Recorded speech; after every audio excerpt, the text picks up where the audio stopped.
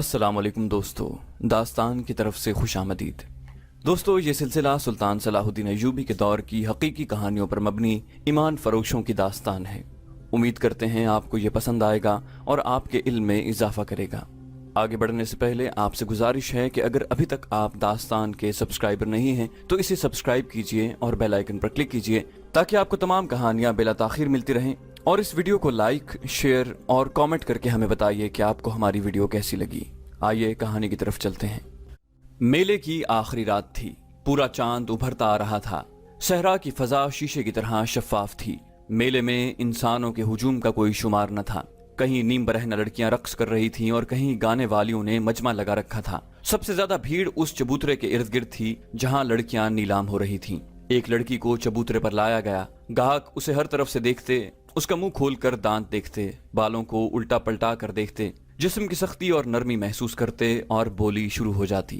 वहां जुआ भी था, शराब भी थी। अगर वहां नहीं था तो कानून नहीं था। पूरी आजादी थी। दूर दूर से आए हुए लोगों के खैमे मेले के इर्द गिर्द नस्ब थे। तमाशाई मजहब और अखलाक की पाबंदियों से आजाद थे।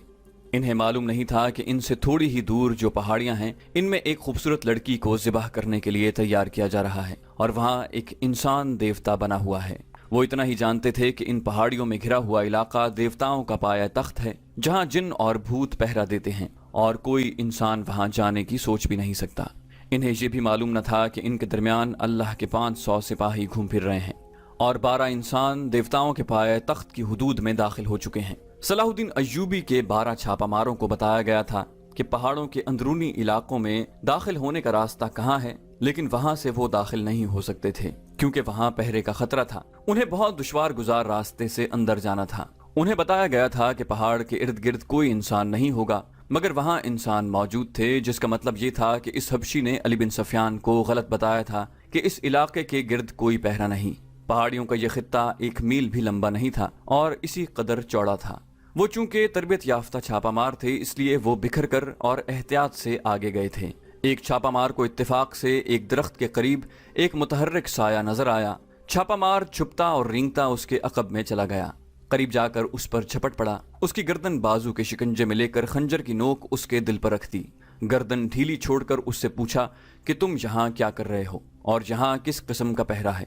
वो हबशी था। छापामार अरबी में बोल रहा था, जो हबशी समझ नहीं सकता था। इतने में एक और छापा मारा गया। उसने भी खंजर हबशी के सीने पर रख दिया। उन्होंने इशारों से पूछा तो हबशी ने इशारों में जवाब दिया, जिससे शक होता था कि यहाँ पहरा मौजूद है।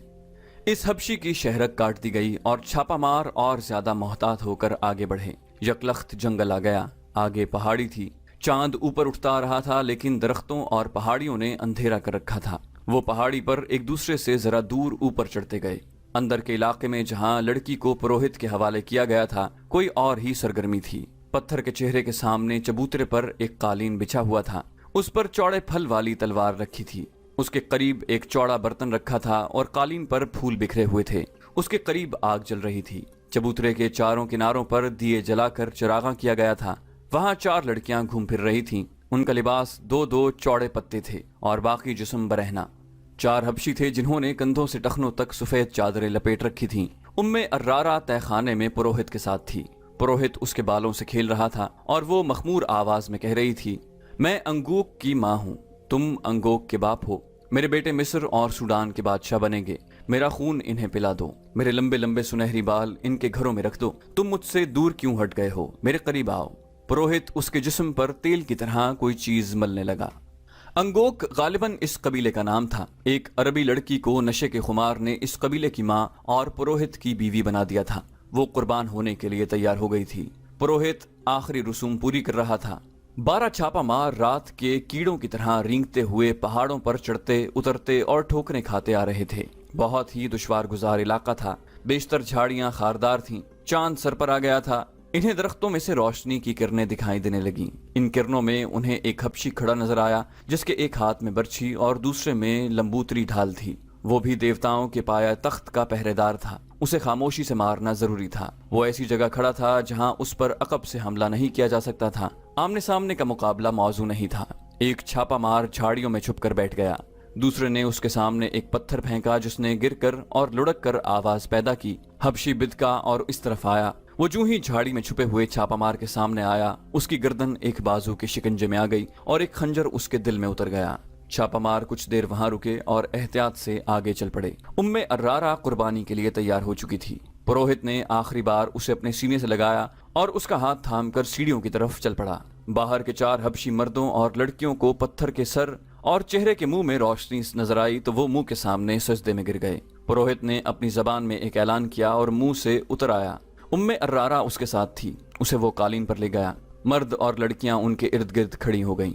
उम्मे अर्रारा ने अरबी जबान में कहा, मैं अंगोक के बेटों और बेटियों के लिए अपनी गर्दन कटवा रही हूँ। मैं इनके गुनाहों का कफारा अदा कर रही हूँ। मेरी गर्दन काट दो, मेरा सर अंगोक के देवताओं के कदमों में रख दो। देवता इस सर पर मिस्र और सूडान का ताज रखेंगे। चारों आदमी और लड़कियां एक बार फिर सजदे में गिर गईं। पुरोहित ने उम्मे अर्रारा को कालीन पर दोजानू बिठाकर उसका सर आगे झुका दिया और वो तलवार उठा ली जिसका फल पूरे हाथ जितना चौड़ा था। एक छापामार जो सबसे आगे था रुक गया। उसने सरगोशी करके पीछे आने वाले को रोक लिया। पहाड़ी की बुलंदी से उन्हें चबूतरा और पत्थर का सर नजर आया। चबूतरे पर एक लड़की दोजानू बैठी थी जिसका सर झुका हुआ था। शफाफ चांदनी, चिरागा और बड़ी मशलों ने सूरज की रोशनी का समा बना रखा था। लड़की के पास खड़े आदमी के हाथ में तलवार थी। दोजानू बैठी हुई लड़की बरहना थी। उसके जिस्म का रंग बता रहा था कि हबशी कबीले की लड़की नहीं। छापामार दूर थे और बुलंदी पर भी थे। वहां से तीर खता जाने का खतरा था, मगर वो जिस पहाड़ी पर थे उसके आगे ढलान नहीं थी बल्कि सीधी दीवार थी जिससे उतरना नामुमकिन था। वो जान गए कि लड़की कुर्बान की जा रही है और उसे बचाने के लिए वक्त इतना थोड़ा है कि वो उड़कर न पहुंचे तो उसे बचा नहीं सकेंगे। उन्होंने चोटी से नीचे देखा। चांदनी में उन्हें एक झील नजर आई। उन्हें बताया गया था कि वहां एक झील है जिसमें मगरमच्छ रहते हैं। दाएं तरफ ढलान थी, लेकिन वो भी तकरीबन दीवार की तरह थी। वहां झाड़ियां और दरख्त थे। उन्हें पकड़ पकड़ कर और एक दूसरे के हाथ थाम कर वो ढलान उतरने लगे। उनमें से आखिरी जांबाज ने इत्तेफाक से सामने देखा। चांदनी में सामने की चोटी पर उसे एक हबशी खड़ा नजर आया। उसके हाथ में ढाल थी और दूसरे हाथ में बर्छी जो उसने तीर की तरह फेंकने के लिए तान रखी थी। छापामारों पर चांदनी नहीं पड़ रही थी। हबशी अभी शक में था। आखिरी छापामार ने कमान में तीर डाला। रात की खामोशी में कमान की आवाज सुनाई दी। तीर हबशी की शहरग में लगा और वो लुढ़कता हुआ नीचे आ रहा। छापामार ढलान उतरने लगे। गिरने का खतरा हर कदम पर था। पुरोहित ने तलवार की धार उम्मे अर्रारा की गर्दन पर रखी और ऊपर उठाई। लड़कियों और मर्दों ने सजदे से उठकर दोजानू बैठते हुए पुरसोज और धीमी आवाज में कोई गाना शुरू कर दिया। ये एक गूंज थी जो इस दुनिया की नहीं लगती थी। पहाड़ियों में घिरी हुई इस तंग सी वादी में ऐसा जुल्म तारी हुआ जा रहा था जो बाहर के किसी भी इंसान को यकीन दिला सकता था कि ये इंसानों की नहीं, देवताओं की सरजमीन है। पुरोहित तलवार को ऊपर ले गया। अब तो 1-2 सांसों की देर थी। तलवार नीचे को आने ही लगी थी कि एक तीर पुरोहित की बगल में धंस गया। उसका तलवार वाला हाथ अभी नीचे नहीं गिरा था कि 3 तीर बैक वक्त उसके पहलू में उतर गए। लड़कियों की चीखें सुनाई दी। मर्द किसी को आवाजें देने लगे। तीरों की एक और बाढ़ आई जिसने 2 मर्दों को गिरा दिया। लड़कियां जिधर मुंह आया दौड़ पड़ी। उम्मे अर्रारा इस शोरगुल और अपने इर्द गिर्द तड़पते हुए और खून में डूबे हुए जिस्मों से बेनियाज सर झुकाए बैठी थी। छापामार बहुत तेज दौड़ते आए, चबूतरे पर चढ़े और उम्मे अर्रारा को एक ने उठा लिया। वो अभी तक नशे की हालत में बातें कर रही थी। एक जांबाज ने अपना कुर्ता उतार कर उसे पहना दिया। उसे लेकर चले ही थे कि एक तरफ से 12-13 हबशी बर्छियां और ढालें उठाए दौड़ते आए। छापामार बिखर गए। इनमें 4 के पास तीर कमाने थीं। इन्होंने तीर बरसाए। बाकी छापामार एक तरफ छुप गए और जब हबशी आगे आए तो अकब से उन पर हमला कर दिया। एक तीरंदाज ने कमान में फीते वाला तीर निकाला, फीते को आग लगाई और कमान में डालकर ऊपर को छोड़ दिया। तीर दूर ऊपर जाकर रुका तो उसका शोला जो रफ्तार की वजह से दब गया था, रफ्तार खत्म होते ही भड़का और नीचे आने लगा। मेले की रौनक अभी मांद नहीं पड़ी थी। तमाशाइयों में से 500 तमाशाई मेले से अलग होकर उस पहाड़ी खित्ते की तरफ देख रहे थे। उन्हें दूर फजा में एक शोला सा नजर आया जो भड़क कर नीचे को जाने लगा। वो घोड़ों और ऊंटों पर सवार हुए। उनके कमानदार साथ थे। पहले तो वो आहिस्ता आहिस्ता चले ताकि किसी को शक न हो। जरा दूर जाकर उन्होंने घोड़े दौड़ा दिए। तमाशाई मेले में शराब, जुए और नाचने गाने वाली लड़कियों और इस्मत फरोश औरतों में इतने मगन थे कि किसी को कानो कान खबर न हुई कि इनके देवताओं पर क्या कयामत टूट पड़ी है। छापामार ने इस खतरे की वजह से आतिशी तीर चला दिया था कि हबशियों की तादाद ज्यादा होगी, मगर फौज वहां पहुंची तो वहां 12-13 लाशें हबशियों की और 2 लाशें छापामार शहीदों की पड़ी थीं। वो बर्छियों से शहीद हुए थे। कमानदारों ने वहां का जायजा लिया, पत्थर के मुंह में गए और तहखाने में जा पहुंचे। वहां उन्हें जो चीजें हाथ लगी वो उठा लीं। उनमें एक फूल भी था जो कुदरती नहीं बल्कि कपड़े से बनाया गया था। अहकाम के मुताबिक फौज को वहीं रहना था, लेकिन पहाड़ियों में छुपकर छापामारों ने उम्मे अर्रारा को घोड़े पर डाला और काहिरा की तरफ रवाना हो गए। सुबह तुलू हुई, मेले की रौनक खत्म हो गई थी। बेशतर तमाशाई रात शराब पी पी कर अभी तक मदहोश पड़े थे। दुकानदार जाने के लिए माल असबाब बांध रहे थे, लड़कियों के व्यापारी भी जा रहे थे।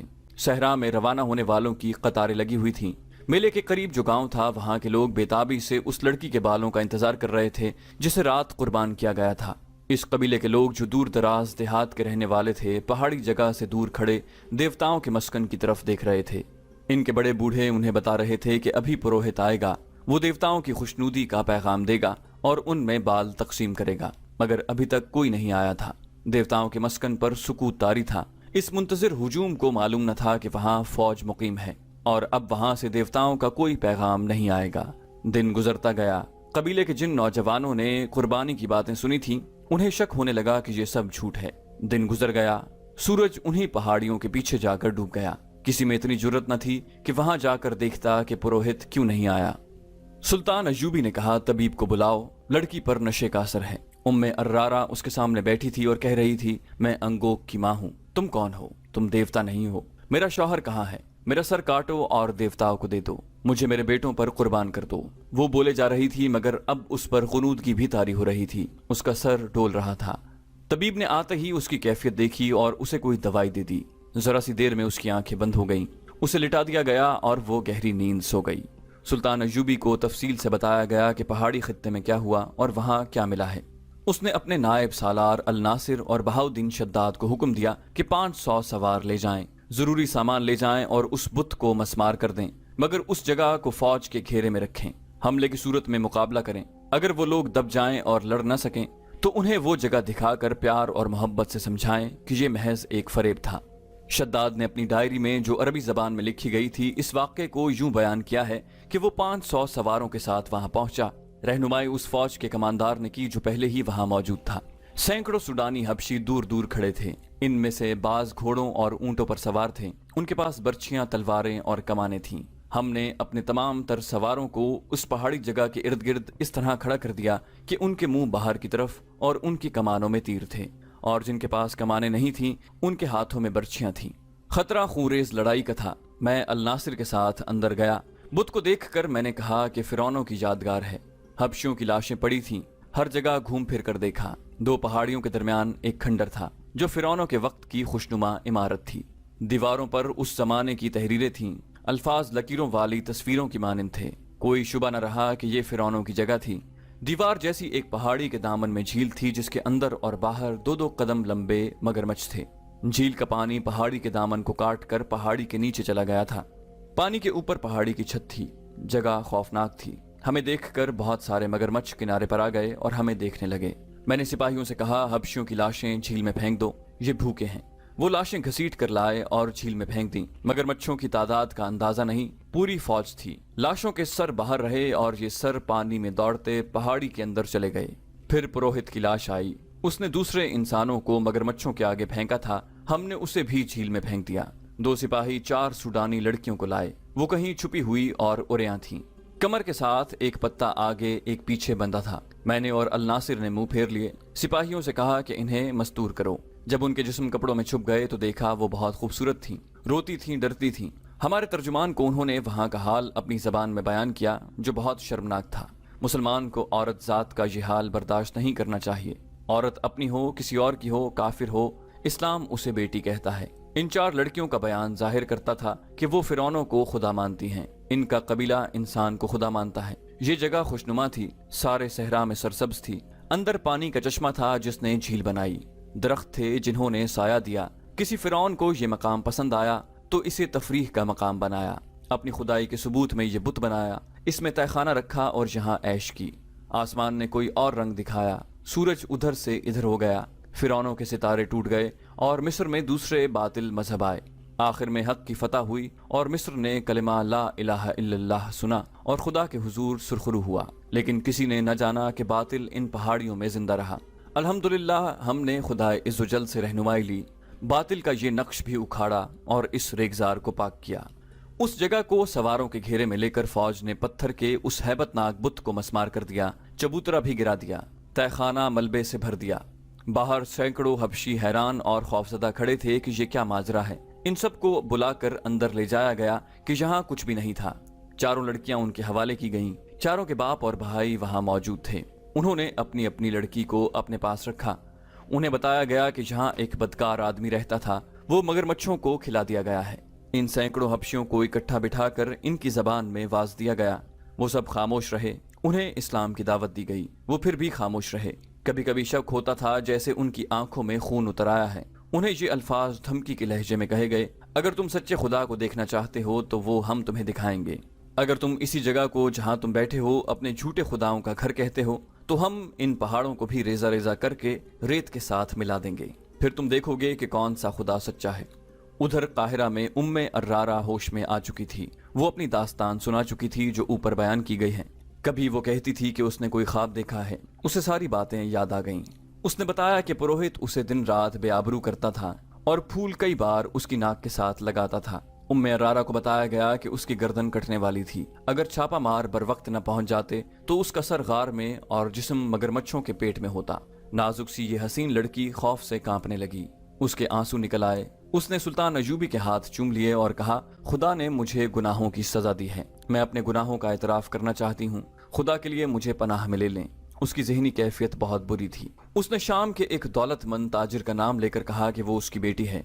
ये मुसलमान ताजिर था। उसका दोस्ताना शाम के अमीरों के साथ था। उस वक्त के अमीर एक एक शहर या थोड़े थोड़े रकबे के खित्तों के हुक्मरान हुआ करते थे। मरकजी वजारत और खिलाफत के मातहत होती थी। ये उमरा 10वीं सदी के बाद पूरी तरह अय्याशियों में डूब गए थे। बड़े ताजिरों से दोस्ती रखते थे, इनके साथ कारोबार भी करते थे और रिश्वत भी लेते थे। इनके हरमों में लड़कियों की अफरात रहती और शराब भी चलती थी। उम्मे अर्रारा ऐसे एक दौलतमंद ताजिर की बेटी थी जो अपने बाप के साथ 12-13 साल की उम्र में उमरा की रक्सो सुरूर की महफिलों में जाने लगी थी। बाप गालिबन देख रहा था कि लड़की खूबसूरत है, इसलिए वो उसे लड़कपन में ही उमरा की सोसाइटी का आदी बनाने लगा था। उम्मे अर्रारा ने बताया कि वो 14 साल की हुई तो उमरा ने उसमें दिलचस्पी लेनी शुरू कर दी। दो ने उसे बड़े कीमती तोहफे भी दिए। वो गुनाहों की इसी दुनिया की होकर रह गई। उम्र के 16वें साल वो बाप को बताए बगैर एक अमीर की दरपर्दा दाश्ता बन गई, मगर रहती अपने घर में थी। वो दौलत में जनी पली थी, शर्मो हया से आशना नहीं थी। 2-3 साल बाद वो बाप के हाथ से निकल गई और आज़ादी से 2 और उमरा से ताल्लुकात पैदा कर लिए।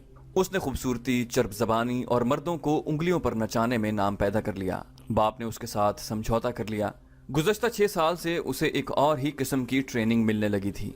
ये 3 उमरा ने मिलकर साजिश की थी जिसमें उसका बाप भी शरीक था। उसे खिलाफत की जड़ें खोखली करने की ट्रेनिंग दी जा रही थी। आगे चलकर इस साजिश में एक सलीबी भी शामिल हो गया। ये उमरा खुद मुख्तार बनने के ख्वाब देख रहे थे। सलीबियों की मदद के बगैर ये मुमकिन न था। उम्मे अर्रारा को नूरुद्दीन जंगी और खिलाफत के दरमियान गलत फहमियां पैदा करने के लिए भी इस्तेमाल किया गया था। सलीबियों ने इस मुहिम में 3 ईसाई लड़कियां शामिल करके एक जमीन दोज महाज बना लिया। उन्होंने जब देखा कि मिस्र में सलाहुद्दीन अय्यूबी ने नाम पैदा कर लिया है और उसने 2 ऐसे कारनामे कर दिखाए हैं जिसने उसे मिस्र का वजीर और अमीर नहीं बल्कि बादशाह बना दिया है, तो उम्मे अर्रारा को खलीफा अल आजिद की खिदमत में तोहफे के तौर पर पेश किया गया। उसे मुहिम ये दी गई कि खलीफा के दिल में सलाहुद्दीन अय्यूबी के खिलाफ दुश्मनी पैदा करे और साबिक सूडानी फौज के जो चंद एक हुक्काम फौज में रह गए हैं उन्हें अल आजिद के करीब करके सूडानियों को एक और बगावत पर आमादा करे। उसे दूसरी मुहिम ये दी गई थी कि खलीफा अल आजिद को आमादा करे कि सूडानी जब बगावत कर दें तो वो उन्हें हथियारों और साजो सामान से मदद करे और अगर मुमकिन हो सके तो सलाहुद्दीन अय्यूबी की फौज का कुछ हिस्सा बागी करके सूडानियों से मिला दे। खलीफा और कुछ न कर सके तो अपना मुहाफिज दस्ता सूडानियों के हवाले करके खुद सुल्तान अय्यूबी के पास जा पनाह ले और उसे कहे कि उसके मुहाफिज बागी हो गए हैं। मुख्तसर ये कि सलाहुद्दीन अय्यूबी के खिलाफ ऐसा महाज कायम किया जाए जो उसे मिस्र से भागने पर मजबूर कर दे और बाकी उम्र गुमनामी में गुजार जाए। उम्मे अर्रारा ने सुल्तान अय्यूबी को बताया कि वो मुसलमान के घर पैदा हुई थी, लेकिन बाप ने उसे मुसलमानों की ही जड़ें काटने की तरबियत दी और सल्तनत इस्लामिया के उमरा ने अपने दुश्मनों के साथ मिलकर अपनी ही सल्तनत को तबाह करने की कोशिश की। उस लड़की ने खलीफा अल आजिद का दिमाग अपने कब्जे में ले लिया और सुल्तान अय्यूबी के खिलाफ कर दिया।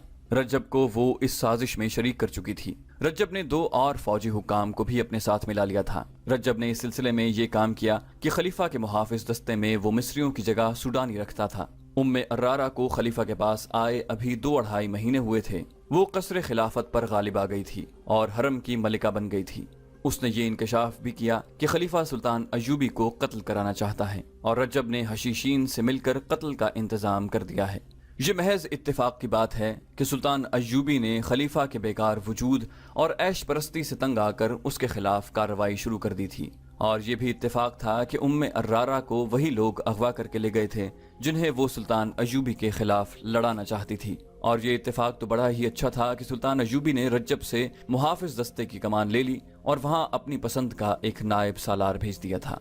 मगर इन इत्तेफाकात ने हालात का धारा मोड़कर सुल्तान अय्यूबी के लिए एक खतरा पैदा कर दिया। सुल्तान ने अर्रारा को अपनी पनाह में रखा। लड़की बुरी तरह पछता रही थी और गुनाहों का कफारा अदा करना चाहती थी।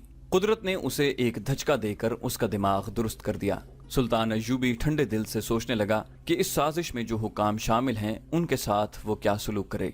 दूसरे दिन अल नासिर और बहाउद्दीन शद्दाद फिरौनों का आखिरी निशान मिटाकर फौज वापस ले आए।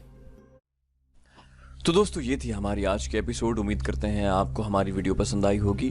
जाने से पहले आपसे गुजारिश है कि अगर अभी तक आप हमारे चैनल के सब्सक्राइबर नहीं हैं तो इसे सब्सक्राइब कीजिए और साथ साथ बेल आइकन पर क्लिक कीजिए ताकि आपको तमाम वीडियोस फौरन मिलती रहें। और साथ साथ इस वीडियो को लाइक कीजिए, शेयर कीजिए और कॉमेंट करके हमें बताइए कि आपको हमारी वीडियो कैसी लगी। अगली वीडियो तक अपना ख्याल रखिएगा। अल्लाह हाफिज़।